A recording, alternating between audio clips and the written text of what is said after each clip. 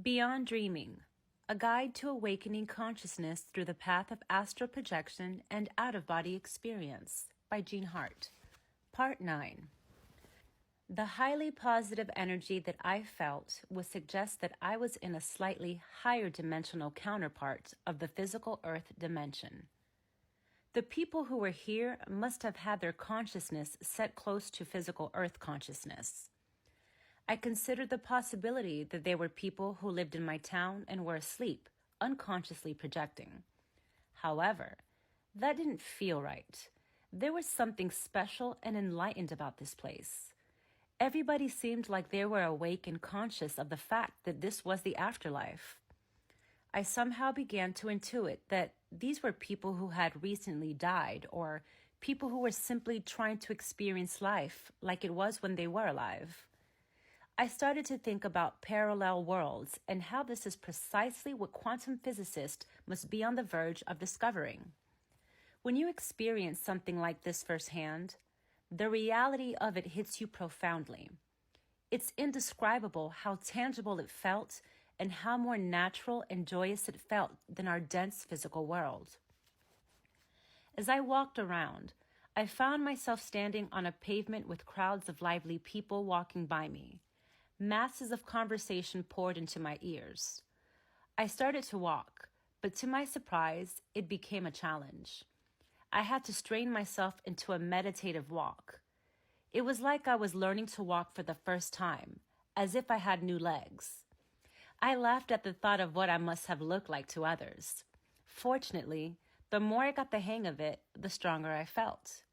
At this point, I felt so alive. I walked along the pavement for a while in pure joy. The atmosphere was positive and enchanted.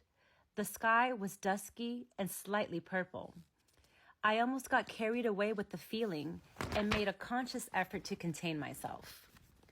I remembered my intent for out-of-body experiences, to understand the worlds that exist beyond the physical.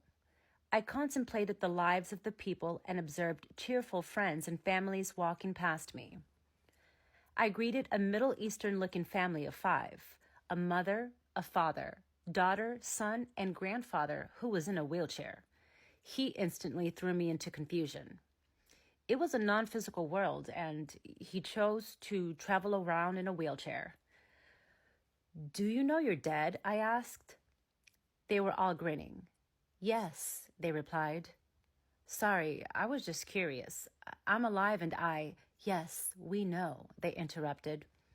I chuckled in amusement. They were not only conscious of their own death, but also somehow knew I lived in the physical world. They continued walking. The son stayed with me for a few minutes and told me about his family. I can't recall most of the conversation. However, I remember the last part of the conversation.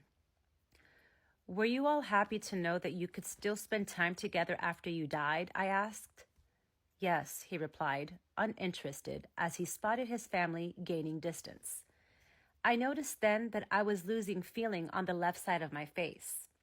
I felt the numbness of it with my hand. I tried to speak, but to my amazement, I could only utter gibberish. Since I was pretty new to this practice, my strength to remain conscious in this dimension seemed to be coming to its limits. The next thing I know, I was lying in my bed as if there were no break in consciousness. I reflected in awe at the events that had taken place. I thought about the fact that we could still carry living in an extraordinarily similar afterlife to our physical earthly lives. A part of me had the intuition that the family were purposely with each other to fulfill their wishes of experiencing family time together that they had missed out on in the physical world. Perhaps because one or more members died unexpectedly, or that because during their lives, other material circumstances stopped them from spending enough time together. Thus, this is just a glimpse of the type of information and wisdom we can find out in the astral plane, a direct perception of the workings of the afterlife and intimate communication with those who are living out their personal journeys.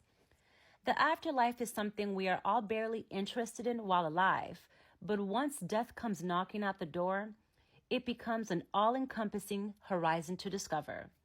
Such an experience surely puts into proper perspective all the dramas and events that happened in our life, situations that we took for granted, or things that we got too upset about when we shouldn't have.